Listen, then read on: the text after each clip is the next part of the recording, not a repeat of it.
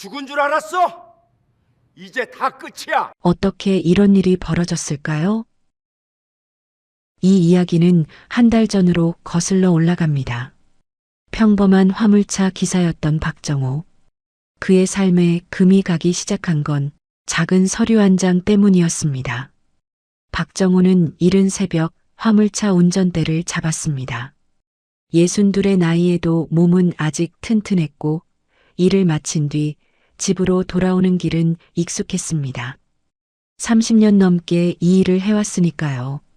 트럭 안에서 보내는 시간이 집에서보다 길었지만 그래도 가족을 위해 버는 돈이라 생각하면 견딜만 했습니다. 집에 도착하니 거실에 불이 켜져 있었습니다.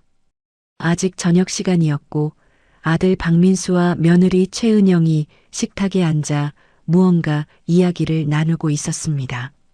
박정호가 문을 열고 들어서자 두 사람의 대화가 뚝 끊겼습니다. 아버지 오셨어요. 최은영이 먼저 인사를 건넸습니다. 표정은 환했지만 목소리에는 어딘가 어색한 구석이 있었습니다. 박민수는 고개만 살짝 끄덕이고는 시선을 테이블 위 서리로 돌렸습니다. 뭐 보고 있어? 박정호가 물었습니다. 박민수는 잠시 망설이다가 서류를 덮으며 대답했습니다. 아, 그냥 집안 정리 좀 하려고요. 보험 같은 거. 보험이라는 단어에 박정호는 미간을 찌푸렸습니다. 최근 들어 집안에서 보험 이야기가 자주 나왔습니다. 처음엔 노후 대비라는 명목이었지만 요즘엔 뭔가 다른 느낌이었습니다. 구체적으로 뭐가 달라졌는지 설명하긴 어려웠지만 공기가 무거워진 건 분명했습니다. 저녁은 드셨어요? 최은영이 자리에서 일어나며 물었습니다. 박정호는 고개를 저었습니다. 밖에서 먹었어. 그러셨구나. 그럼 물이라도 드릴게요. 최은영은 부엌으로 향했고 박민수는 여전히 서류를 바라보고 있었습니다. 박정호는 소파에 앉으며 아들을 힐끗 쳐다봤습니다. 박민수의 얼굴엔 피곤함이 가득했습니다. 요즘 사업이 어렵다는 건 알고 있었습니다. 대출도 많고 생활비도 빠듯하다는 이야기를 몇 번 들었으니까요. 그래도 가족이잖아요. 박정호는 그렇게 생각했습니다. 힘들 땐 서로 도와야 하는 게 가족이고 자신은 아직 일할 수 있으니 아들을 도울 수 있다고 믿었습니다. 하지만 최근 들어 박민수와 최은영의 태도가 조금씩 변하고 있었습니다.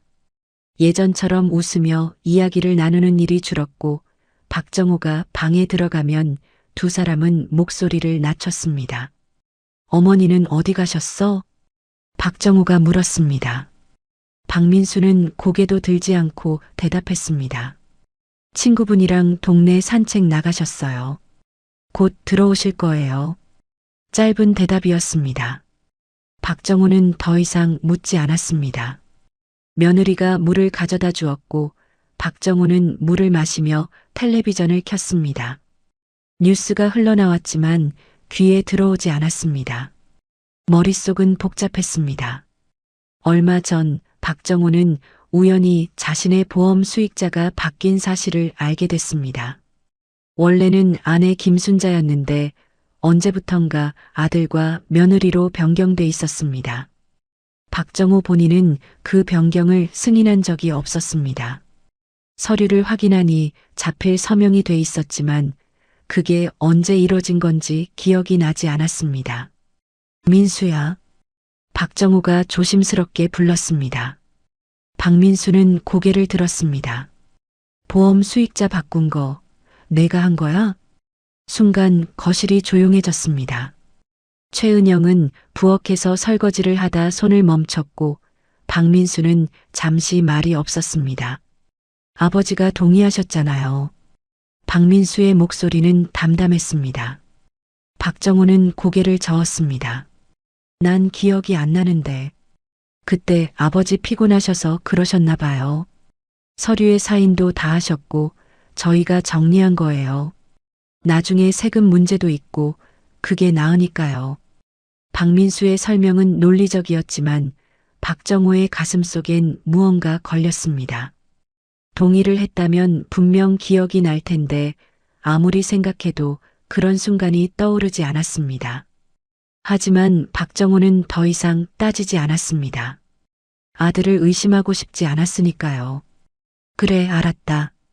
박정호는 고개를 끄덕이며 자리에서 일어났습니다. 방으로 들어가려는데 현관문이 열리며 아내 김순자가 들어왔습니다. 오셨어요? 김순자는 환하게 웃으며 박정호를 맞았습니다. 박정호는 아내의 얼굴을 보며 조금 안심했습니다. 적어도 아내는 변하지 않았으니까요. 응, 오늘도 고생했어. 저녁은요? 먹었어. 당신은? 아직인데 민수랑 은영이랑 같이 먹으려고요. 김순자는 부엌으로 향했고 박정호는 방으로 들어갔습니다. 문을 닫고 침대에 앉으니 몸이 천근만근이었습니다. 오늘도 긴 하루였습니다. 하지만 잠이 오지 않았습니다. 머릿속에선 계속 보험 이야기가 맴돌았습니다. 복도 너머로 가족들의 목소리가 들렸습니다. 웃음소리도 섞여 있었습니다. 박정호는 귀를 기울였습니다. 무슨 이야기를 하는지 정확히는 들리지 않았지만 분위기만큼은 느껴졌습니다. 예전처럼 따뜻하지 않았습니다. 뭔가 계산적이고 조심스러웠습니다. 박정호는 침대에 누워 천장을 바라봤습니다. 30년 넘게 가족을 위해 일했습니다. 아들을 대학 보내고 결혼시키고 손주까지 기다리며 살아왔습니다. 그런데 요즘엔 자신이 점점 짐이 되고 있다는 느낌을 지울 수 없었습니다. 착각이겠지. 박정호는 혼잣말을 중얼거렸습니다. 가족이 자신을 그런 식으로 볼 리 없다고 스스로를 다독였습니다. 하지만 가슴 한구석엔 여전히 불안이 남아 있었습니다. 그 불안은 작았지만 점점 커지고 있었습니다. 며칠이 지났지만 박정호의 불안은 사라지지 않았습니다. 오히려 시간이 갈수록 더 선명해졌습니다. 집안의 공기는 여전히 무겁게 가라앉아 있었고 가족들의 시선은 박정호를 피했습니다. 어느 저녁 박정호가 일을 마치고 돌아오니 거실에서 박민수와 최은영이 심각한 표정으로 앉아 있었습니다. 테이블 위엔 서류 몇 장과 계산기가 놓여 있었습니다. 박정호는 신발을 벗으며 두 사람을 바라봤습니다. 무슨 일이야? 박민수는 한숨을 쉬며 고개를 들었습니다. 얼굴엔 피곤함과 초조함이 가득했습니다. 아버지, 잠깐 앉으세요. 박정호는 소파에 앉았습니다. 박민수는 잠시 망설이다가 입을 열었습니다. 은행에서 연락이 왔어요. 대출 이자를 연체하면 더 이상 유예가 안 된대요. 박정호는 눈살을 찌푸렸습니다. 대출 문제는 몇 달 전부터 들어왔던 이야기였습니다. 박민수가 사업 자금으로 빌린 돈이 생각보다 컸고 상환이 제대로 이뤄지지 않고 있다는 건 알고 있었습니다. 얼마나 남았는데? 2천만 원이요. 이번 달까지 갚지 못하면 집이 넘어갈 수도 있어요. 박민수의 목소리는 떨렸습니다. 최은영은 옆에서 입술을 깨물며 침묵을 지켰습니다.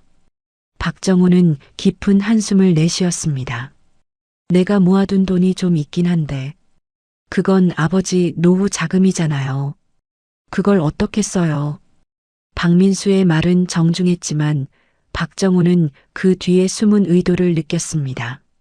노후 자금을 쓰지 말라는 게 아니라 다른 방법이 있다는 뜻처럼 들렸습니다. 그럼 어쩌자는 거야? 박민수는 최은영을 힐끗 쳐다봤습니다. 최은영은 고개를 끄덕이며 말을 이었습니다. 아버지, 사실은요. 보험 얘기 좀 드리려고 했어요. 박정호의 가슴이 철렁 내려앉았습니다. 보험?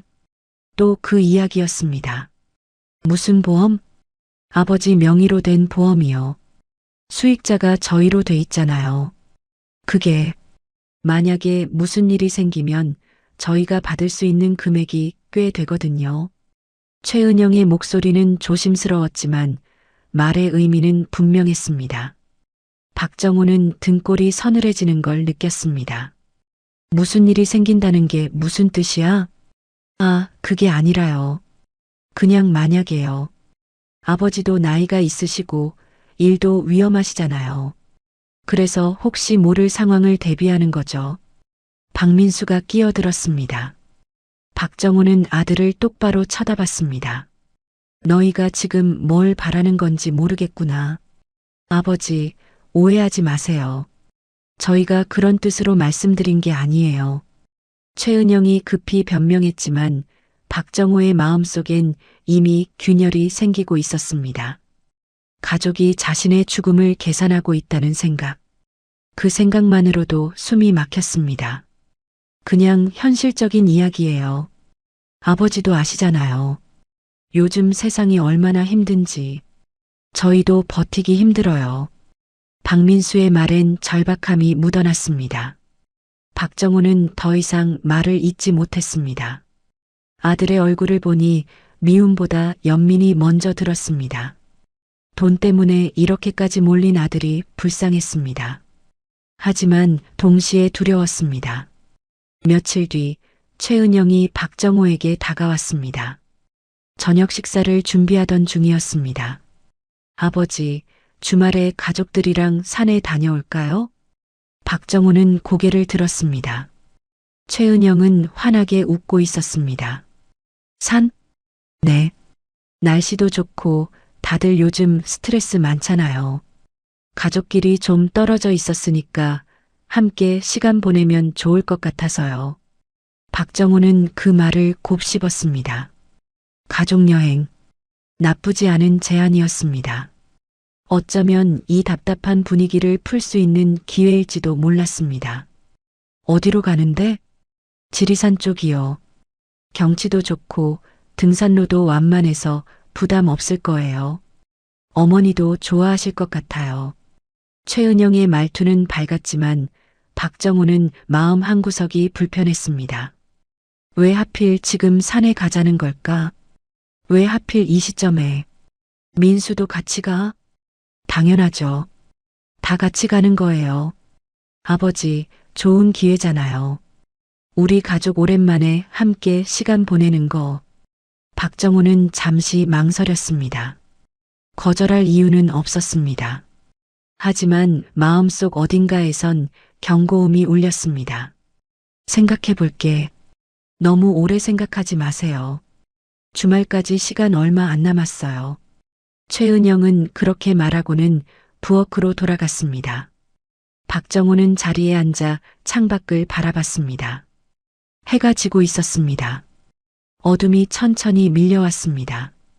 그날 밤 박정호는 아내 김순자와 마주 앉았습니다. 김순자는 뜨개질을 하고 있었고 박정호는 말없이 그 모습을 지켜봤습니다. 당신 상 가는 거 어때? 박정호가 물었습니다. 김순자는 손을 멈추고 고개를 들었습니다. 나야 좋지. 오랜만에 나들이 가는 거잖아. 민수랑 은영이가 좋아할까? 당연히 좋아하지. 애들도 요즘 힘드니까 기분 전환 필요해. 김순자는 다시 뜨개질을 시작했습니다. 박정호는 아내의 얼굴을 바라봤습니다. 김순자는 여전히 아무것도 모르는 것 같았습니다. 아니, 모르는 척하고 있는 걸까요? 박정호는 알 수 없었습니다. 그래, 그럼 가자. 박정호는 그렇게 대답했습니다. 거절할 이유도 의심할 근거도 명확하지 않았습니다. 단지 불안할 뿐이었습니다. 하지만 그 불안을 말로 꺼낼 순 없었습니다. 가족을 의심한다는 건 인정하고 싶지 않은 일이었으니까요. 며칠 뒤 산행 날짜가 정해졌습니다. 박민수는 차량을 점검했고 최은영은 준비물을 챙겼습니다. 모든 게 계획대로 흘러갔습니다. 박정호는 그 모습을 지켜보며 가슴속 불안을 억눌렀습니다. 주말 아침 박정호는 일찍 일어났습니다. 창밖으로 해가 떠오르고 있었습니다. 날씨는 맑았지만 박정호의 마음은 여전히 무거웠습니다. 가방을 챙기며 거울을 봤습니다. 62의 얼굴엔 피로가 새겨져 있었습니다. 준비 다 됐어? 김순자가 방으로 들어오며 물었습니다. 박정우는 고개를 끄덕였습니다. 응. 당신은? 나도 다 챙겼어. 민수가 차 앞에서 기다리고 있대. 두 사람은 짐을 들고 현관으로 나왔습니다. 박민수는 차 앞에서 트렁크를 열고 있었고 최은영은 조수석에 앉아 핸드폰을 보고 있었습니다. 박정우는 뒷좌석에 올랐고 김순자가 옆에 앉았습니다. 자, 출발합니다. 박민수가 시동을 걸었습니다. 차는 천천히 움직이기 시작했습니다. 박정우는 창밖을 바라봤습니다. 익숙한 동네 풍경이 지나갔습니다. 언제나 보던 거리였지만 오늘따라 낯설게 느껴졌습니다. 1시간쯤 달렸을까요? 도시를 벗어나자 길은 점점 좁아졌습니다. 산으로 향하는 길이었습니다. 나무들이 양옆으로 늘어서 있었고 공기는 조금씩 서늘해졌습니다. 아버지, 괜찮으세요? 최은영이 뒤를 돌아보며 물었습니다. 박정우는 고개를 끄덕였습니다. 응, 괜찮아. 멀미 나시면 말씀하세요. 쉬었다 갈게요. 최은영의 말투는 친절했지만 박정우는 그 안에서 진심을 느낄 수 없었습니다. 형식적인 관심, 그 이상도 이하도 아니었습니다. 차는 계속 산길을 올라갔습니다. 길은 구불구불했고 경사는 점점 가파라졌습니다. 박정우는 창밖을 내다봤습니다. 아래로 계곡이 보였습니다. 깊었습니다. 민수야, 속도 좀 줄여. 박정우가 조심스럽게 말했습니다. 박민수는 백미러로 아버지를 흘끗 쳐다보고는 대답했습니다. 괜찮아요. 이 정도는 천천히 가는 거예요. 하지만 박정우가 느끼기엔 속도가 너무 빨랐습니다. 커브를 돌 때마다 차체가 기울었고 타이어가 자갈을 긁는 소리가 들렸습니다. 그래도 조심해. 길이 좁잖아. 아버지, 걱정 마세요. 제가 이 길 몇 번 와봤어요. 박민수의 목소리엔 짜증이 섞여 있었습니다. 박정우는 더 이상 말하지 않았습니다. 말을 해봤자 소용없다는 걸 알았습니다. 김순자는 옆에서 창밖만 바라보고 있었습니다. 말이 없었습니다. 박정우는 아내를 쳐다봤습니다. 김순자의 얼굴엔 불안이 어려 있었지만 입을 열진 않았습니다. 어머니는 괜찮으세요? 최은영이 뒤를 돌아보며 물었습니다. 김순자는 억지로 웃으며 대답했습니다. 응, 나는 괜찮아. 경치가 좋네. 거짓말이었습니다. 박정우는 알 수 있었습니다. 아내도 불안해하고 있었습니다. 하지만 김순자는 그 불안을 숨겼습니다. 가족 앞에서 분위기를 망치고 싶지 않았던 거죠. 차는 계속 올라갔습니다. 어느새 포장도로는 끝나고 비포장길이 시작됐습니다. 돌멩이와 흙길이었습니다. 차체가 심하게 흔들렸고 박정우는 손잡이를 꽉 잡았습니다. 여기 맞아? 길이 너무 험한데. 박정우가 다시 물었습니다. 박민수는 대답 대신 핸들을 꺾었습니다. 차는 더 좁은 길로 접어들었습니다. 지름길이에요. 이쪽으로 가면 빨라요. 지름길? 왜 큰 길로 안 가? 시간이 아까우니까요. 큰 길로 가면 1시간은 더 걸려요. 박민수의 말투는 단호했습니다. 박정우는 입을 다물었습니다. 아들이 정한 길이었습니다. 이 일을 제기해봤자 받아들여지지 않을 거란 걸 알았습니다. 최은영은 조수석에서 여전히 핸드폰을 보고 있었습니다. 표정은 무덤덤했습니다. 박정우는 그 모습을 보며 이상한 감정을 느꼈습니다. 왜 아무도 이 상황을 걱정하지 않는 걸까요? 왜 아무도 위험하다고 말하지 않는 걸까요? 민수야, 진짜 속도 줄여. 이 길은 너무 위험해. 박정우는 다시 한번 말했습니다. 이번엔 목소리에 힘을 실었습니다. 하지만 박민수는 듣지 않았습니다. 아버지, 제가 운전하는 거 믿으셔야죠. 믿으라는 말. 그 말이 박정호의 가슴을 찔렀습니다. 믿고 싶었습니다. 하지만 지금 이 순간 박정호는 아들을 믿을 수 없었습니다. 차는 절벽 옆을 스쳐 지나갔습니다. 박정호는 창밖을 내려다봤습니다. 아래로 깊은 계곡이 펼쳐져 있었습니다. 나무들이 빽빽하게 들어차 있었고 바닥은 보이지 않았습니다. 당신 괜찮아? 김순자가 작은 목소리로 물었습니다. 박정호는 고개를 끄덕였습니다. 응. 하지만 괜찮지 않았습니다. 가슴이 답답했고 숨이 막혔습니다. 이 차 안에서 자신은 점점 작아지고 있었습니다. 아무도 박정호의 말을 듣지 않았습니다. 아무도 박정호의 안전을 먼저 생각하지 않았습니다. 다들 배고프죠? 조금만 더 가면 쉴 곳 나와요. 최은영이 밝게 말했습니다. 하지만 그 말은 공허하게 들렸습니다. 박정호는 대답하지 않았습니다. 김순자도 침묵을 지켰습니다. 차는 계속 달렸습니다. 시간이 얼마나 지났을까요? 박정호는 시계를 봤습니다. 이미 2시간이 지나 있었습니다. 하지만 목적지는 아직 멀어 보였습니다. 얼마나 더 가야 돼?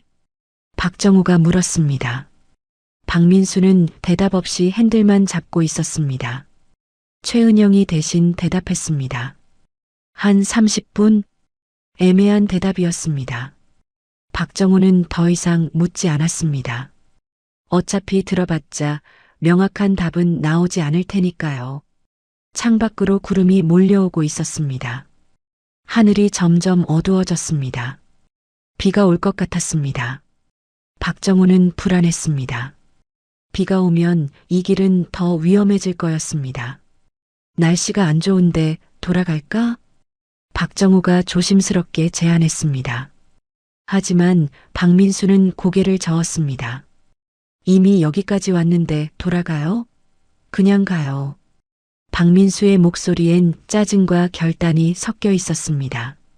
박정호는 더 이상 말할 수 없었습니다. 자신의 의견은 여기서 아무 힘도 없었습니다. 차는 계속 산길을 올랐습니다. 박정호는 뒷자리에 앉아 창밖을 바라봤습니다. 나무들이 빠르게 지나갔습니다. 그 사이로 절벽이 보였습니다. 깊고 어두웠습니다. 박정호는 자신이 점점 고립되고 있다는 걸 느꼈습니다. 이 차 안에서, 이 가족 안에서 박정호는 더 이상 중요한 사람이 아니었습니다. 단지 짐, 부담, 그리고 어쩌면 기회. 비는 예상보다 빨리 내리기 시작했습니다. 처음엔 빗방울 몇 개가 앞유리를 두드리더니 곧 굵은 빗줄기로 변했습니다. 와이퍼가 움직였지만 시야는 금세 흐려졌습니다. 비 많이 오네. 김순자가 걱정스러운 목소리로 말했습니다. 박민수는 대답 없이 앞만 보며 운전했습니다. 속도는 여전히 빠르게 유지됐습니다. 민수야, 속도 좀 줄여라. 길이 미끄러워. 박정호가 다시 한번 말했습니다. 이번엔 목소리에 간절함이 묻어났습니다. 하지만 박민수는 핸들을 꺾으며 짧게 대답했습니다. 알아서 해요. 알아서 한다는 말.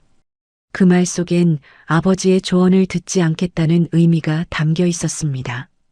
박정호는 입을 다물었습니다. 말해봤자 소용없다는 걸 이미 알고 있었으니까요. 차는 더 좁은 길로 들어섰습니다. 양옆으로 나무가 빽빽했고 한쪽은 절벽이었습니다. 빗물이 도로에 고이기 시작했고 타이어는 물을 튕기며 미끄러졌습니다. 여기 길 맞아? 너무 위험한데. 박정호가 불안을 참지 못하고 물었습니다. 최은영이 뒤를 돌아보며 대답했습니다. 네, 맞아요. 조금만 더 가면 넓은 길 나와요. 하지만 그 말은 믿기 어려웠습니다. 길은 점점 더 좁아졌고 절벽은 더 가까워졌습니다. 박정호는 창밖을 내려다봤습니다. 아래로 계곡이 보였습니다. 비에 젖은 나무들이 검게 보였고 바닥은 여전히 보이지 않았습니다. 민수야, 제발 천천히 가. 박정호는 다시 말했습니다. 이번엔 거의 애원에 가까웠습니다. 하지만 박민수는 듣지 않았습니다. 아니, 들었지만 무시했습니다. 아버지, 계속 그러시면 집중이 안 돼요. 박민수의 목소리엔 짜증이 가득했습니다. 박정호는 할 말을 잃었습니다. 자신의 안전을 걱정하는 말이 방해가 된다는 거였습니다. 그 말이 박정호의 가슴을 찔렀습니다. 김순자는 옆에서 박정호의 손을 꽉 잡았습니다. 떨리는 손이었습니다. 박정호는 아내를 쳐다봤습니다. 김순자의 얼굴엔 두려움이 가득했지만 입을 열진 않았습니다. 아들 앞에서 말을 꺼낼 용기가 없었던 거죠. 차는 계속 달렸습니다. 커브를 돌 때마다 차체가 기울었고 박정호는 손잡이를 더욱 세게 움켜잡았습니다. 빗소리는 점점 커졌고 밖은 더 어두워졌습니다. 여기 정말 길 맞아? 박정호는 참지 못하고 다시 물었습니다. 하지만 이번엔 아무도 대답하지 않았습니다. 박민수는 앞만 보고 있었고 최은영은 핸드폰을 만지작거렸습니다. 김순자는 고개를 숙인 채 침묵을 지켰습니다. 박정호는 무력함을 느꼈습니다.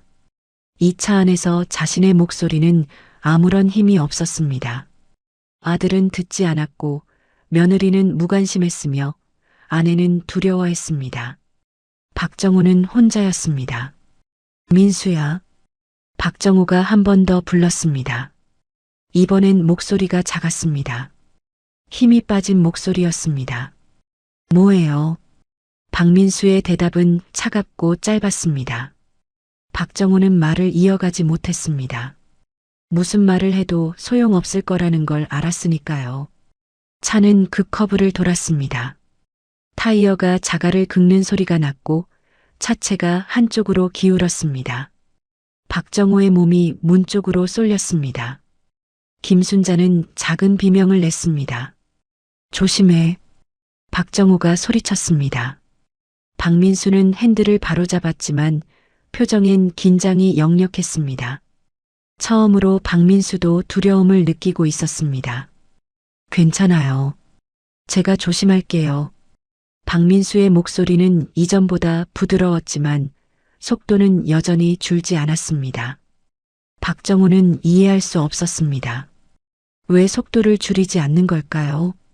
왜 안전보다 시간을 우선하는 걸까요? 최은영이 뒤를 돌아보며 말했습니다. 아버지, 조금만 참으세요. 거의 다 왔어요. 거의 다 왔다는 말.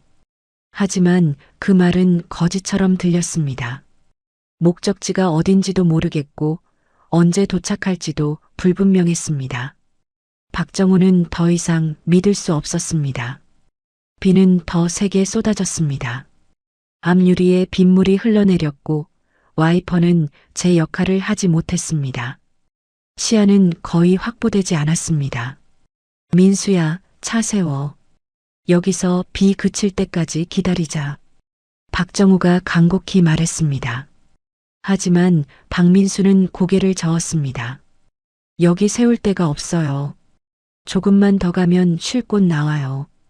박민수의 말은 변명처럼 들렸습니다. 박정호는 창밖을 봤습니다.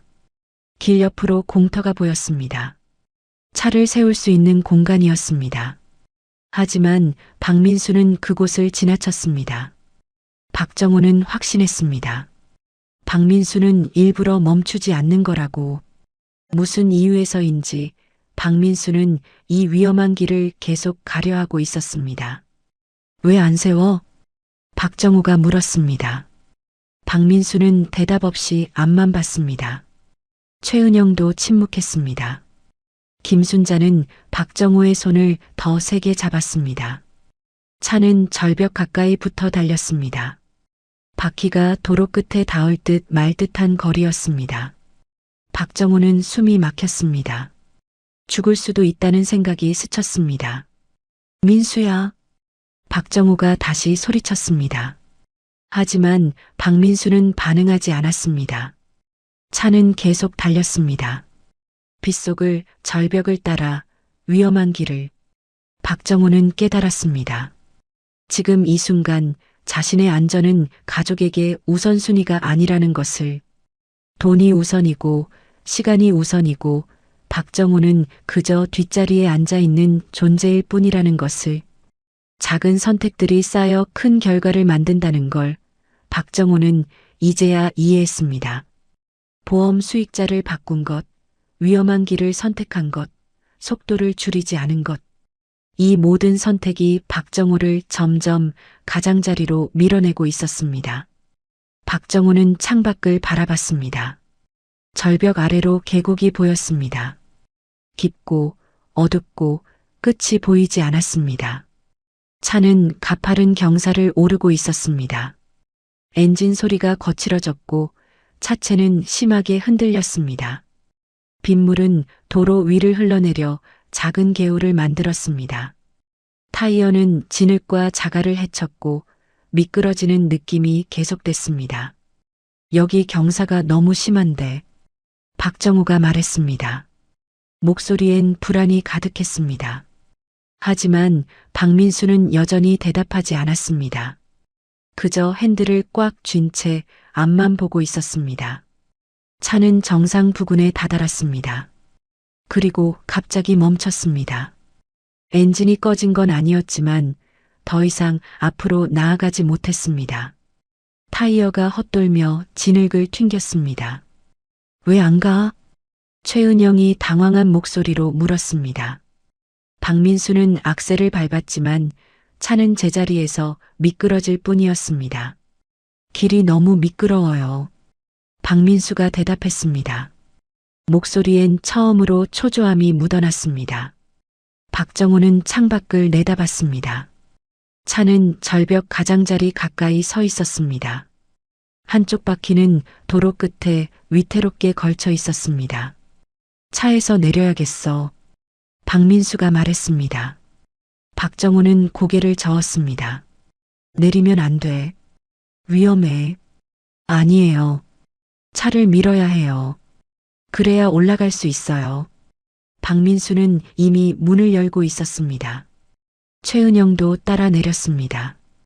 빗속에서 두 사람은 차 뒤로 갔습니다. 박정호와 김순자는 차 안에 남았습니다. 당신 어떻게?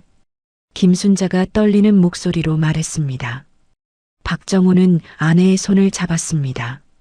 차가운 손이었습니다. 괜찮아. 곧 올라갈 거야. 하지만 박정호 자신도 확신이 없었습니다. 차는 위태롭게 서 있었고 비는 더 세게 내렸습니다. 밖에서 박민수와 최은영이 차를 미는 소리가 들렸습니다. 차는 조금씩 움직였습니다.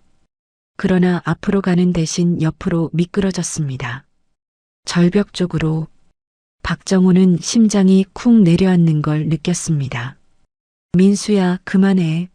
위험해. 박정호가 창문을 열고 소리쳤습니다.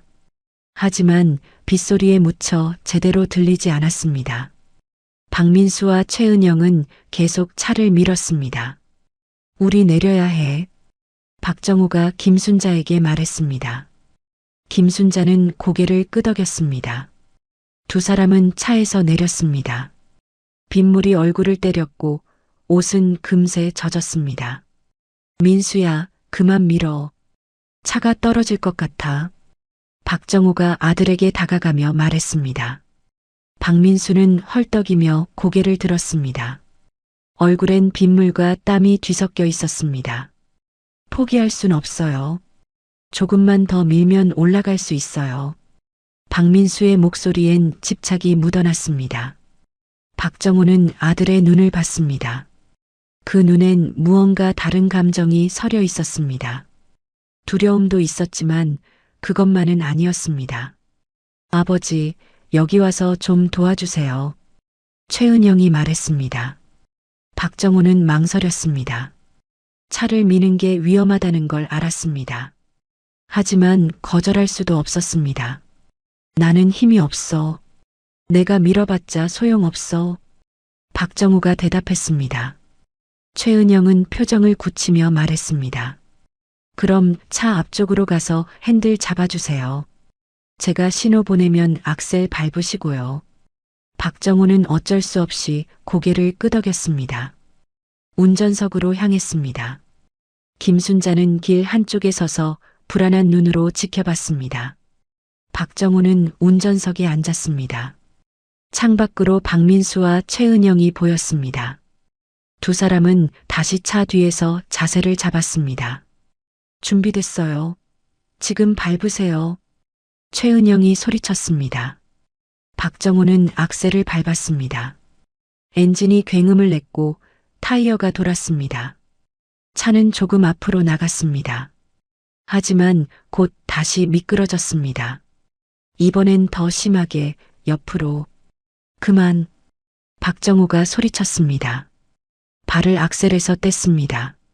차는 멈췄지만 이미 절벽 가장자리를 넘어선 상태였습니다. 한쪽 바퀴가 공중에 떠 있었습니다. 박정우는 급히 차에서 내렸습니다. 비탈길이었습니다. 발을 헛디디며 미끄러졌고 몸이 앞으로 쏠렸습니다. 절벽 쪽으로. 아버지. 김순자가 비명을 질렀습니다. 박정우는 균형을 잡으려 했지만 소용없었습니다. 발밑에 흙이 무너지며 몸이 가장자리로 밀려났습니다. 순간 박정우는 손을 뻗었습니다. 무언가를 잡으려 했습니다. 나무뿌리, 돌 무엇이든. 하지만 손에 잡히는 건 없었습니다. 민수야. 박정우가 소리쳤습니다. 박민수는 몇 걸음 떨어진 곳에 서 있었습니다. 박정우와 눈이 마주쳤습니다. 박민수는 한 발짝 다가왔습니다. 손을 뻗었습니다. 하지만 멈췄습니다. 박민수는 그 자리에 멈춰 섰습니다. 손은 허공에 떠 있었지만 더 이상 다가오지 않았습니다. 표정은 복잡했습니다. 두려움, 망설임, 그리고 무언가 다른 감정. 박정우는 그 순간을 또렷이 기억했습니다. 아들의 눈빛, 뻗었다가 멈춘 손, 한 발짝 뒤로 물러선 몸. 민수야. 박정우는 다시 불렀습니다. 하지만 박민수는 움직이지 않았습니다. 최은영도 멀찌감치 서서 지켜보고 있었습니다. 김순자는 손으로 입을 막은 채 얼어붙어 있었습니다. 발밑에 흙이 완전히 무너졌습니다. 박정우의 몸이 아래로 떨어졌습니다. 순간 모든 게 느리게 느껴졌습니다. 빗소리, 김순자의 비명, 박민수의 표정, 모든 것이 선명했습니다. 박정우는 떨어지며 깨달았습니다. 박민수는 일부러 손을 잡지 않은 거라고, 선택한 거라고, 아버지를 구하지 않기로. 몸은 계곡으로 떨어졌습니다. 나뭇가지가 몸을 스쳤고 돌에 부딪혔습니다. 통증이 밀려왔습니다. 그리고 어둠이 왔습니다. 마지막으로 들린 건 김순자의 울음소리였습니다. 멀리서 희미하게. 박정우가 눈을 떴을 때 천장이 보였습니다. 하얀 천장, 형광등 불빛이 눈을 찔렀습니다. 몸 전체가 아팠습니다. 움직일 수 없었습니다. 어딘가 단단한 침대 위에 누워 있었습니다. 정신 드셨어요? 낯선 목소리가 들렸습니다. 박정우는 고개를 돌리려 했지만 목이 움직이지 않았습니다. 간호사로 보이는 여자가 다가와 박정우를 내려다봤습니다. 여긴 어디죠? 박정우가 물었습니다. 목소리는 갈라져 있었고 입술은 바짝 말라 있었습니다. 병원이에요. 산에서 떨어지셨다가 구조되셨어요. 기적이에요, 정말. 간호사는 차트를 확인하며 말을 이었습니다. 갈비뼈 세대 골절, 왼쪽 다리 골절, 머리에 심한 타박상. 그래도 생명에는 지장 없으세요. 정말 운이 좋으셨어요. 박정우는 천천히 기억을 되살렸습니다. 산길, 빛, 절벽, 그리고 박민수의 얼굴, 뻗었다가 멈춘 손. 뒤로 물러선 몸. 제 가족은요? 박정우가 물었습니다. 간호사는 고개를 저었습니다. 보호자 연락이 안 됐어요. 신분증으로 신원 확인만 했고요. 혹시 연락할 분 있으세요? 박정우는 대답하지 않았습니다. 가족에게 연락할 수 있었습니다. 하지만 하고 싶지 않았습니다. 아니, 해서는 안 된다는 걸 직감적으로 알았습니다. 괜찮습니다. 제가 알아서 할게요. 그러세요? 그럼 필요한 게 있으면 부르세요. 간호사는 나갔고 박정우는 혼자 남았습니다. 천장을 바라보며 생각했습니다. 박민수는 자신이 죽었다고 생각할 겁니다. 그렇게 믿고 싶어 할 겁니다. 그리고 보험금을 받으려 할 겁니다. 박정우는 분노보다 슬픔을 먼저 느꼈습니다. 자신을 버린 아들에 대한 슬픔, 돈 앞에서 무너진 가족에 대한 슬픔, 하지만 동시에 차가운 냉정함도 생겼습니다. 이제 무엇을 해야 할지 알 것 같았습니다. 며칠이 지났습니다. 박정우는 병원 침대에 누워 회복을 기다렸습니다. 의사는 최소 한 달은 입원해야 한다고 했습니다. 박정우는 고개를 끄덕였습니다. 시간이 필요했습니다. 생각할 시간, 결정할 시간. 어느 날 박정우는 간호사에게 부탁했습니다. 핸드폰 좀 빌려주실 수 있나요? 제 건 산에서 잃어버렸어요. 간호사는 핸드폰을 건넸습니다. 박정우는 포털 사이트를 열었습니다. 그리고 자신의 이름을 검색했습니다. 기사가 떴습니다. 산행 중 실종된 60대 남성, 사망 추정. 박정우는 기사를 읽었습니다. 사고 당일 가족들이 신고를 했고 수색이 이뤄졌지만 시신을 찾지 못했다는 내용이었습니다. 계곡이 깊고 험해 수색이 어렵다는 설명도 있었습니다. 마지막 문장이 박정우의 가슴을 찔렀습니다. 유족들은 깊은 슬픔에 잠겨 있다. 슬픔. 박정우는 쓴웃음을 지었습니다. 진짜 슬픔일까요? 아니면 연기일까요? 박정우는 알 것 같았습니다. 며칠 뒤 박정우는 또 다른 기사를 봤습니다. 장례식 일정이 잡혔다는 내용이었습니다. 시신 없는 장례. 사흘 뒤였습니다. 장소는 동네 근처 장례식장이었습니다. 박정우는 핸드폰을 내려놓았습니다. 가족은 자신이 죽었다고 확신하고 있었습니다. 장례를 치르고 보험금을 받으려 할 겁니다. 모든 게 계획대로 흘러가고 있었습니다. 박민수의 계획대로. 제가 살아있다는 걸 알려야 하나? 박정우는 혼잣말을 중얼거렸습니다. 하지만 곧 고개를 저었습니다. 아직은 아니었습니다. 먼저 지켜봐야 했습니다. 가족이 어떻게 행동하는지, 진짜 슬퍼하는지 아니면 안도하는지. 박정우는 의사에게 부탁했습니다. 퇴원하고 싶습니다. 아직 이르세요. 최소 2주는 더 계셔야 해요. 괜찮습니다. 제가 알아서 할게요. 서류 작성해 주세요. 의사는 난색을 표했지만 박정우는 고집을 꺾지 않았습니다. 결국 자가 퇴원 서류가 작성됐습니다. 박정우는 병원비를 현금으로 냈습니다. 이름을 남기지 않았습니다. 기록을 최소화했습니다. 병원을 나온 박정우는 목발을 짚으며 천천히 걸었습니다. 몸은 아팠지만 걸을 수 있었습니다. 갈비뼈는 아물고 있었고 다리는 깁스로 고정돼 있었습니다. 얼굴엔 멍과 상처가 남아 있었지만 살아 있었습니다. 박정우는 작은 여관을 찾았습니다. 동네에서 멀리 떨어진 곳이었습니다. 아무도 자신을 알아보지 못할 곳. 방을 잡고 누웠습니다. 몸은 무거웠지만 마음은 이상하게 가벼웠습니다.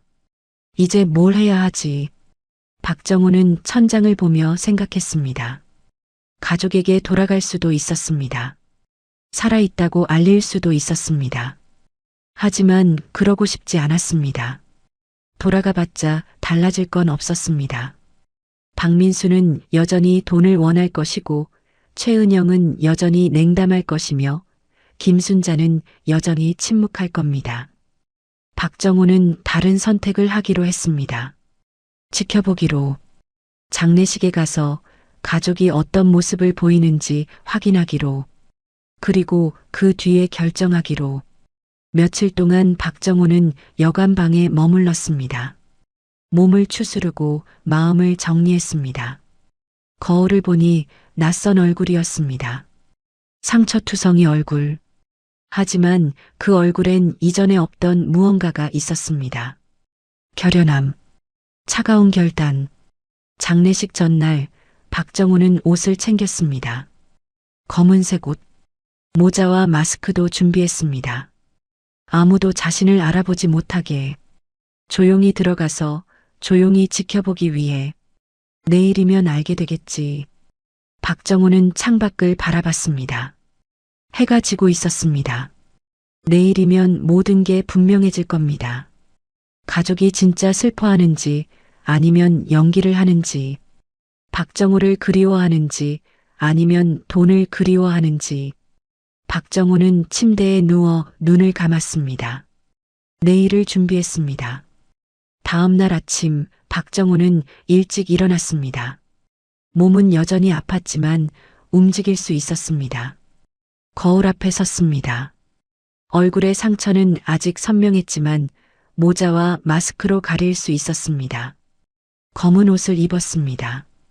장례식에 어울리는 옷이었습니다. 여관을 나와 택시를 잡았습니다.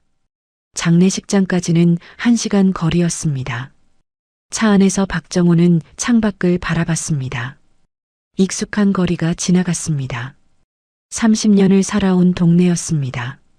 하지만 오늘따라 낯설게 느껴졌습니다. 장례식장에 도착했습니다. 입구엔 현수막이 걸려 있었습니다. 고 박정호님 연결식. 자신의 이름이 적힌 현수막을 보니 기분이 묘했습니다. 살아있는데 죽은 사람 취급을 받고 있었습니다. 박정호는 모자를 깊이 눌러 쓰고 마스크를 고쳐 썼습니다. 목발을 짚고 천천히 안으로 들어갔습니다. 입구에서 조문객 명부를 작성하는 곳이 있었지만 박정호는 그냥 지나쳤습니다. 아무도 제지하지 않았습니다. 복도를 지나 영정실로 향했습니다. 문 앞에서 박정호는 잠시 멈췄습니다. 심장이 빠르게 뛰었습니다. 안에선 사람들의 목소리가 들렸습니다. 낮은 대화 소리, 울음소리. 박정호는 문을 밀고 들어갔습니다. 영정실은 넓었습니다. 가운데엔 빈관이 놓여 있었고 그 위로 박정호의 사진이 걸려 있었습니다. 몇 년 전 찍은 사진이었습니다. 웃고 있는 얼굴이었습니다. 상주석엔 김순자, 박민수, 최은영이 앉아 있었습니다. 김순자는 고개를 숙이고 있었고 박민수와 최은영은 조문객들과 이야기를 나누고 있었습니다. 박정호는 구석 자리에 앉았습니다. 아무도 자신을 알아보지 못했습니다. 조문객 한 명이 김순자에게 다가가 위로의 말을 건넸습니다. 김순자는 고개를 끄덕이며 눈물을 닦았습니다. 진짜 눈물인지 억지로 짠 눈물인지 박정호는 알 수 없었습니다. 박민수는 조문객과 악수를 나누며 말했습니다. 감사합니다. 아버지가 좋아하셨을 거예요. 목소리는 차분했습니다. 슬픔이 묻어나긴 했지만 어딘가 계산적인 느낌도 있었습니다. 박정호는 아들의 얼굴을 지켜봤습니다. 표정은 진지했지만 눈빛은 차가웠습니다. 최은영은 옆에서 조문객 명부를 정리하고 있었습니다. 가끔 박민수와 눈을 마주치며 무언가 속삭였습니다. 박정호는 귀를 기울였지만 정확히 들리지 않았습니다. 시간이 지나며 조문객이 줄어들었습니다. 영정실은 조용해졌습니다. 박민수와 최은영은 자리에서 일어나 복도로 나갔습니다. 박정호는 조심스럽게 뒤를 따랐습니다. 복도 한쪽에서 두 사람이 서서 이야기하고 있었습니다. 박정호는 기둥 뒤에 몸을 숨기고 귀를 기울였습니다. 보험사에서 연락 왔어? 박민수가 물었습니다. 최은영은 고개를 끄덕였습니다. 응, 서류 검토 중이래. 시신이 없으니까 시간이 좀 걸린대. 얼마나? 한 달 정도? 사망 확인이 완료되면 바로 처리된대. 박민수는 한숨을 쉬었습니다. 그때까지 버틸 수 있을까? 은행에서 독촉 계속 들어오는데. 버텨야지. 조금만 기다리면 돈 들어와. 최은영의 목소리는 냉정했습니다. 박정호는 가슴이 철렁했습니다. 두 사람은 보험금 이야기를 하고 있었습니다. 박정호의 죽음을 돈으로 계산하고 있었습니다. 어머니는 괜찮으세요? 최은영이 물었습니다. 박민수는 고개를 저었습니다. 계속 우시는데 진짜 힘들어 하시는 것 같아. 죄책감 때문이겠지. 최은영의 말에 박민수는 대답하지 않았습니다. 잠시 침묵이 흘렀습니다. 박정호는 숨을 죽이고 두 사람을 지켜봤습니다. 우리가 잘한 건가? 박민수가 조심스럽게 물었습니다. 최은영은 박민수를 똑바로 쳐다봤습니다. 지금 와서 그런 소리 하지 마. 이미 끝난 일이야. 그래도 아무 일도 없었어. 우린 그냥 산에 갔다가 사고가 난 거야. 그게 전부야. 최은영의 목소리는 단호했습니다. 박민수는 고개를 끄덕였지만 표정은 불안해 보였습니다. 두 사람은 다시 영정실로 돌아갔고 박정호는 그 자리에 서 있었습니다. 박정호는 모든 걸 들었습니다. 보험금, 사망 확인, 죄책감, 그리고 최은영의 말. 아무 일도 없었어. 하지만 일은 있었습니다. 박민수는 박정호를 구하지 않았습니다. 선택했습니다. 아버지를 버리기로. 박정호는 다시 영정실로 들어갔습니다. 김순자는 여전히 상주석에 앉아 있었습니다. 고개를 숙인 채 눈물을 흘리고 있었습니다. 박정호는 아내를 바라봤습니다. 김순자의 눈물은 진짜였습니다. 그건 확실했습니다. 하지만 김순자도 침묵했습니다. 산에서 무슨 일이 있었는지 알고 있을 겁니다. 박민수가 손을 뻗지 않았다는 걸. 하지만 아무 말도 하지 않았습니다. 아들을 지키기 위해 박정호는 자리에서 일어났습니다. 더 이상 여기 있을 이유가 없었습니다. 이미 충분히 봤습니다. 가족이 어떤 사람들인지, 슬픔보다 돈을 먼저 생각하는 사람들, 죄책감을 느끼면서도 침묵하는 사람들. 복도로 나왔을 때 박정호는 뒤를 돌아봤습니다. 영정실 문 너머로 자신의 사진이 보였습니다. 웃고 있는 얼굴. 그 사진 속 박정호는 이미 죽은 사람이었습니다. 가족에게 버림받은 사람이었습니다. 박정호는 장례식장을 나왔습니다. 밖은 밝았습니다. 햇살이 따가웠습니다. 목발을 짚고 천천히 걸었습니다. 마음속엔 분노와 슬픔이 뒤섞여 있었습니다. 하지만 동시에 차가운 결단도 있었습니다. 이제 끝을 봐야겠어. 박정호는 혼잣말을 중얼거렸습니다. 가족과의 관계, 이제 정리할 때였습니다. 하지만 그 전에 한 가지 더 확인해야 할 게 있었습니다. 장례식 당일, 가족이 어떤 모습을 보일지. 장례식 당일 아침, 박정호는 다시 장례식장으로 향했습니다. 어제보다 몸은 조금 나아졌지만 여전히 통증은 있었습니다. 모자를 깊이 눌러 쓰고 마스크를 단단히 고쳐 썼습니다. 오늘은 더 조심해야 했습니다. 사람이 많을 테니까요. 장례식장 입구엔 이미 조문객들이 모여 있었습니다. 박정호는 그들 사이를 지나 영정실로 들어갔습니다. 어제보다 훨씬 많은 사람이 있었습니다. 친척들, 동네 사람들, 박정호가 알던 얼굴들이 보였습니다. 김순자는 상주석에 앉아 있었습니다. 검은 상복을 입었고 얼굴은 창백했습니다. 눈은 붓고 빨갛게 충혈돼 있었습니다. 밤새 온 것 같았습니다. 박민수와 최은영도 옆에 앉아 조문객들에게 인사했습니다. 박정호는 뒷줄 구석에 자리를 잡았습니다. 아무도 자신을 주목하지 않았습니다. 모두의 시선은 빈관과 영정 사진으로 향했습니다. 장례 절차가 시작됐습니다. 사회자가 나와 조용히 할 것을 당부했고 추도사가 이어졌습니다. 박정호의 오랜 친구가 단상에 올라 말했습니다. 박정호 형은 평생 가족을 위해 살았습니다. 성실한 사람이었고 따뜻한 사람이었습니다. 친구의 목소리는 떨렸습니다. 진심이 담겨 있었습니다. 박정호는 그 말을 들으며 가슴이 먹먹해졌습니다. 누군가는 자신을 기억해주고 있었습니다. 진심으로. 추도사가 끝나고 묵념 시간이 이어졌습니다. 모두가 고개를 숙였습니다. 영정실은 조용해졌습니다. 박정호도 고개를 숙였습니다. 자신을 위한 묵념. 이상한 기분이었습니다. 묵념이 끝나고 사람들은 자리에 앉았습니다. 장례식장 측에서 준비한 간단한 다과가 나왔습니다. 분위기는 점점 느슨해졌습니다. 조문객들은 작은 목소리로 이야기를 나눴습니다. 박정호는 상주석을 지켜봤습니다. 김순자는 여전히 고개를 숙인 채 있었지만 박민수와 최은영의 표정엔 변화가 보이기 시작했습니다. 긴장이 풀리고 있었습니다. 조문객들과 대화를 나누며 때때로 웃기까지 했습니다.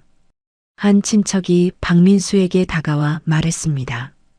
민수야, 힘들겠다. 이제 내가 가장이니까 잘 챙겨야 해. 박민수는 고개를 끄덕이며 대답했습니다. 네, 그럴게요. 어머니 잘 모실게요. 말은 그렇게 했지만 표정엔 부담보다 안도가 더 많이 보였습니다. 박정호는 그 미묘한 변화를 놓치지 않았습니다. 최은영은 다른 친척과 이야기를 나누고 있었습니다. 아버님이 갑자기 가셔서 정말 놀랐어요. 그러게. 산에서 그런 일이 일어날 줄 누가 알았겠어. 최은영은 고개를 저었습니다. 저희도 막으려 했는데 순식간이었어요. 거짓말이었습니다. 박정호는 알고 있었습니다. 박민수는 손을 뻗지 않았습니다. 최은영은 멀찌감치 서서 지켜봤을 뿐이었습니다. 하지만 지금 최은영은 태연하게 거짓말을 하고 있었습니다. 시간이 흐르며 조문객들은 하나둘 자리를 떴습니다. 영정실은 점점 비어갔습니다. 남은 사람은 가족과 가까운 친척 몇 명뿐이었습니다. 분위기는 더욱 편안해졌습니다. 사람들은 웃으며 이야기를 나눴습니다. 장례식이라기보다 모임 같았습니다. 박정호는 그 광경을 지켜보며 서늘함을 느꼈습니다. 박민수는 자리에서 일어나 화장실로 향했습니다. 최은영도 따라 나갔습니다. 박정호는 잠시 뒤 두 사람을 따라 복도로 나왔습니다. 두 사람은 구석에 서서 이야기를 나누고 있었습니다. 생각보다 잘 끝나가네. 박민수가 말했습니다. 목소리엔 안도가 가득했습니다. 최은영은 고개를 끄덕였습니다. 응, 다들 사고로 받아들이는 것 같아. 어머니는 괜찮으실까? 괜찮으실 거야. 시간 지나면. 두 사람은 웃었습니다. 작은 웃음이었지만 박정호에겐 크게 들렸습니다. 아버지의 장례식에서 아들과 며느리가 웃고 있었습니다. 슬픔 때문이 아니라 안도 때문에. 박정호는 주먹을 꽉 쥐었습니다. 분노가 치밀었습니다. 하지만 참았습니다. 아직 때가 아니었습니다. 두 사람이 영정실로 돌아갔고 박정호도 따라 들어갔습니다. 김순자는 여전히 상주석에 앉아 있었습니다. 표정은 지쳐 있었고 눈물은 멈춰 있었습니다. 한 친척이 김순자에게 다가가 말했습니다. 이제 그만 울고 밥이라도 좀 드세요. 김순자는 고개를 끄덕였지만 움직이지 않았습니다. 친척은 한숨을 쉬며 자리로 돌아갔습니다. 저녁 시간이 가까워지자 장례식장 측에서 저녁 식사를 준비했습니다. 남아있던 사람들은 식사를 하러 자리를 옮겼습니다. 박민수와 최은영도 자리에서 일어났습니다.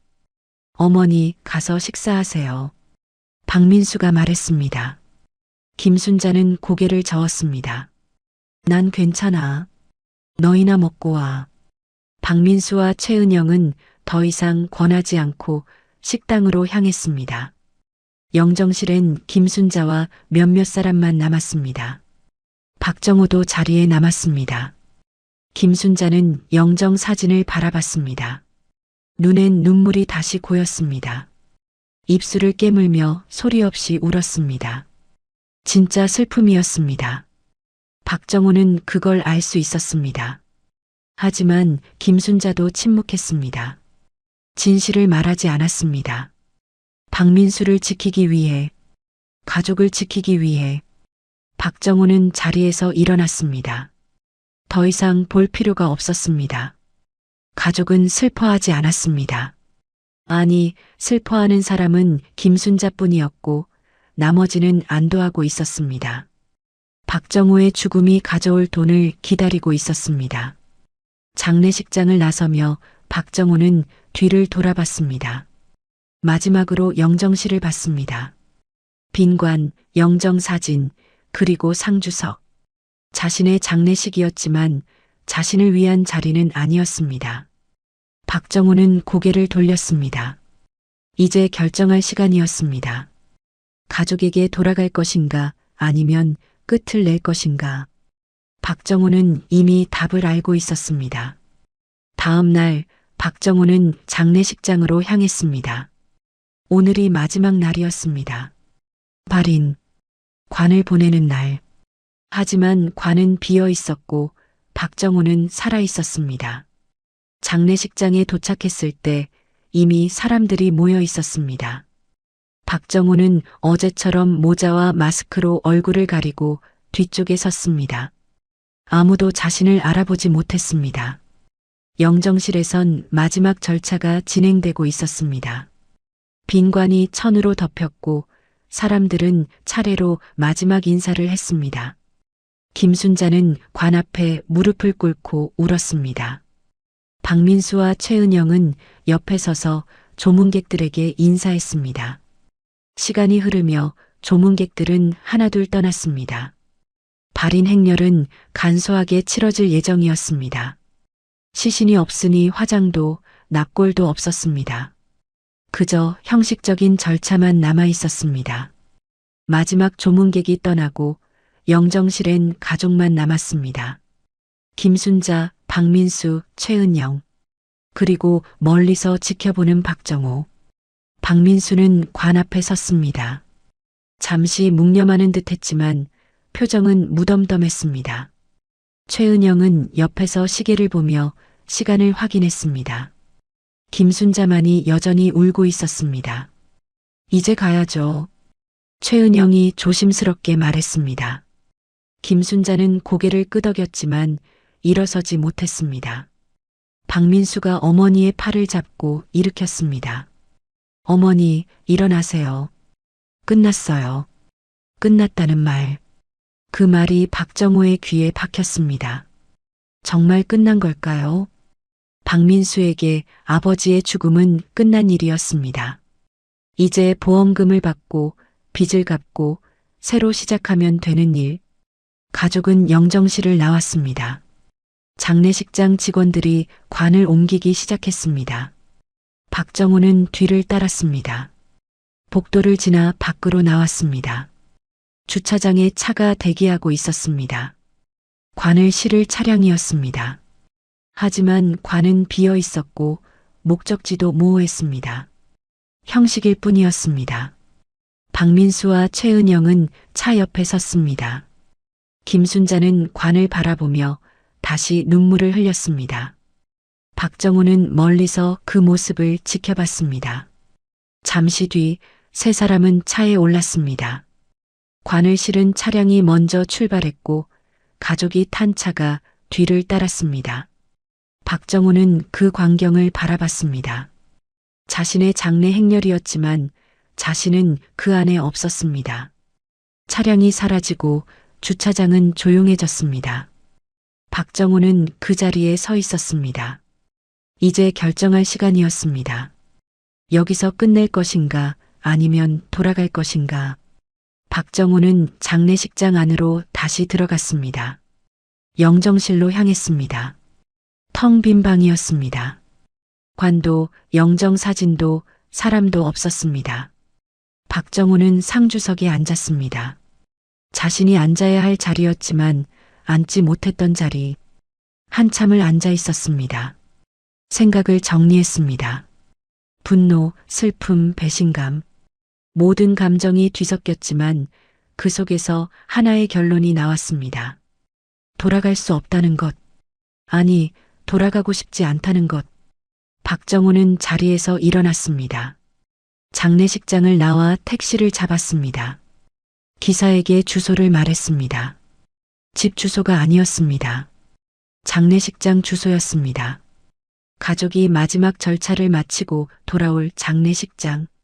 1시간쯤 뒤 박정호는 다시 장례식장에 도착했습니다. 가족은 아직 돌아오지 않았습니다. 박정호는 영정실 앞 복도에서 기다렸습니다. 목발을 짚고 벽에 기댄 채 시간이 흘렀습니다. 해가 기울기 시작했습니다. 그리고 입구에서 목소리가 들렸습니다. 박민수와 최은영이었습니다. 김순자도 함께였습니다. 세 사람은 영정실로 들어갔습니다. 박정호는 복도에서 잠시 기다렸습니다. 심장이 빠르게 뛰었습니다. 이제 결정을 실행할 시간이었습니다. 박정호는 모자를 벗었습니다.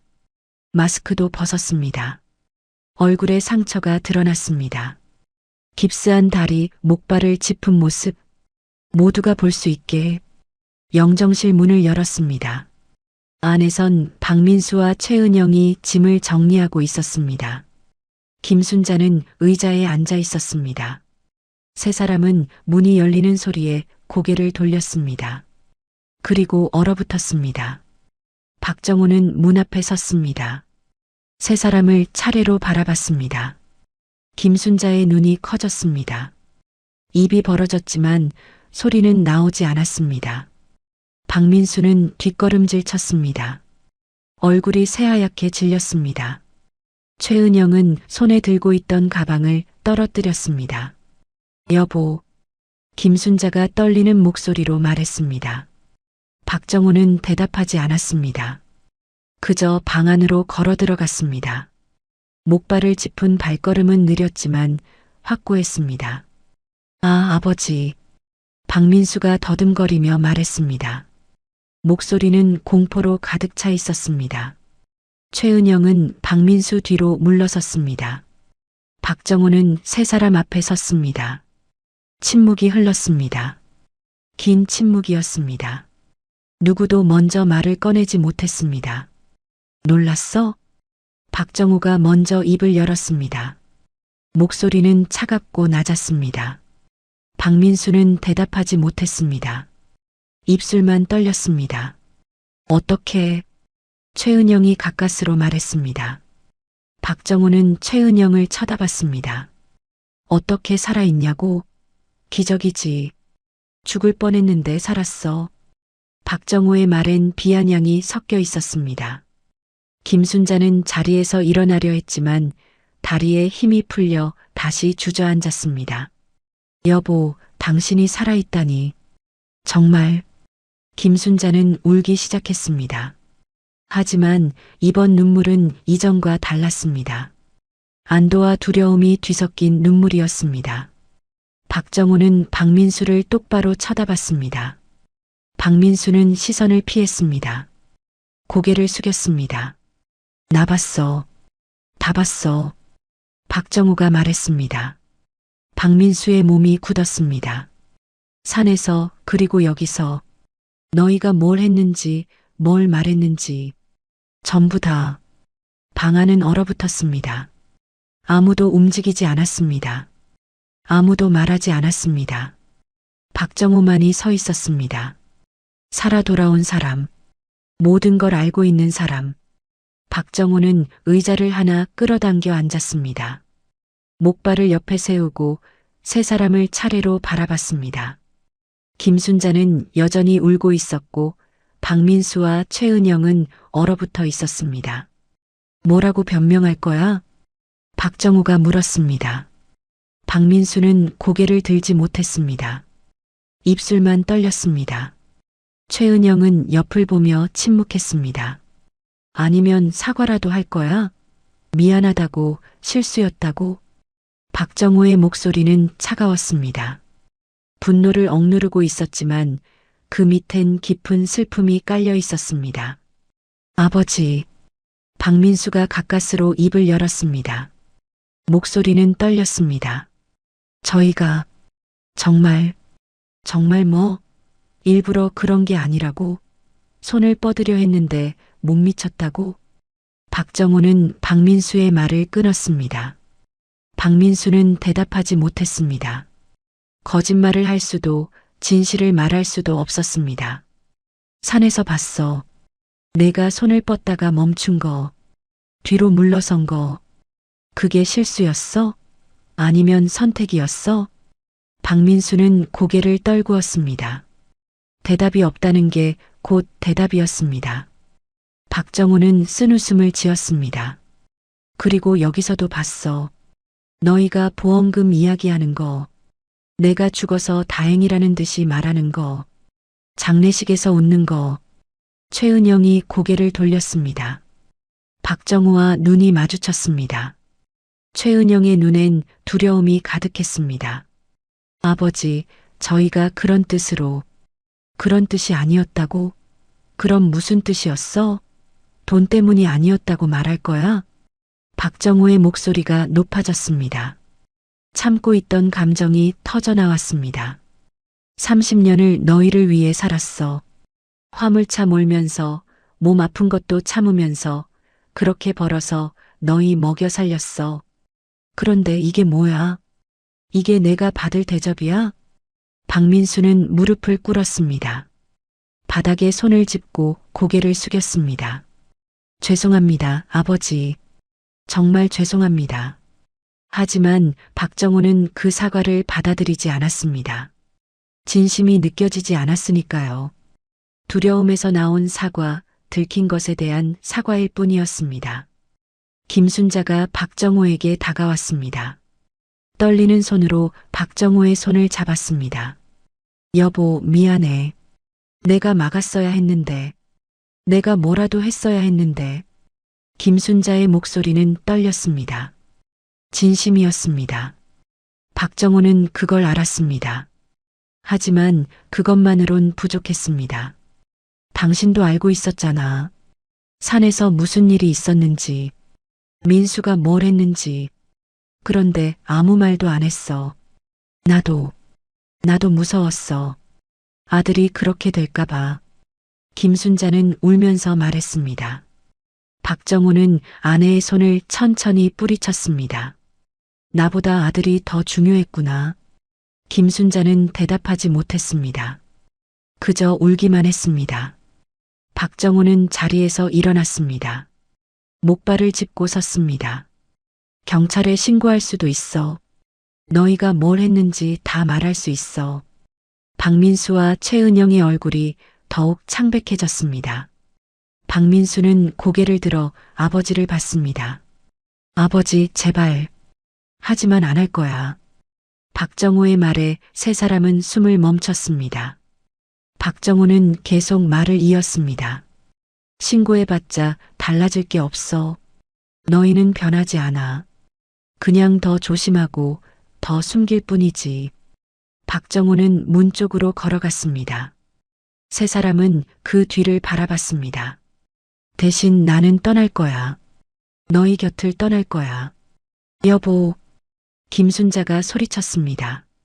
박정호는 뒤를 돌아봤습니다. 이혼 서류 보낼게. 서명해줘. 그리고 민수. 박민수는 고개를 들었습니다. 너하고는 이제 남이야. 아버지도 아니고 아들도 아니야. 그냥 남. 박민수의 눈에서 눈물이 흘러내렸습니다. 하지만 박정호는 돌아서지 않았습니다. 아버지, 제발. 한 번만. 한 번? 이미 기회는 있었어. 산에서 내가 내 손을 잡을 수 있었어. 하지만 안 했잖아. 박정호는 문 손잡이를 잡았습니다. 김순자가 달려와 박정호의 팔을 붙잡았습니다. 여보, 가지 마. 제발. 우리 다시 시작할 수 있어. 박정호는 고개를 저었습니다. 다시 시작은 없어. 이미 끝났어. 산에서 내가 떨어졌을 때 박정호는 아내의 손을 떼어냈습니다. 김순자는 바닥에 주저앉았습니다. 박정호는 문을 열었습니다. 보험금은 못 받을 거야. 내가 살아있으니까. 그리고 집도 재산도 다 정리할 거야. 너희 몫은 없어. 박민수와 최은영은 아무 말도 하지 못했습니다. 박정호는 마지막으로 세 사람을 바라봤습니다. 잘 살아. 돈 없이. 박정호는 밖으로 나갔습니다. 복도를 지나 장례식장을 빠져나왔습니다. 뒤에서 김순자의 울음소리가 들렸지만 박정호는 돌아보지 않았습니다. 밖은 어두워지고 있었습니다. 석양이 지고 밤이 오고 있었습니다. 박정호는 목발을 짚고 천천히 걸었습니다. 몸은 아팠지만 마음은 이상하게 가벼웠습니다. 가족을 잃었습니다. 아니, 버렸습니다. 하지만 동시에 자유로워졌습니다. 더 이상 짐이 아니었습니다. 더 이상 이용당하지 않았습니다. 혼자였지만 존엄을 지켰습니다. 박정호는 걸음을 멈추고 하늘을 올려다봤습니다. 별이 보이기 시작했습니다. 작고 희미했지만 빛나고 있었습니다. 박정호도 그렇게 살아갈 생각이었습니다. 작아도 혼자라도 자신의 빛을 지키며 앞으로 어떻게 살지 몰랐습니다. 어디로 갈지도 정하지 못했습니다. 하지만 확실한 건 하나 있었습니다.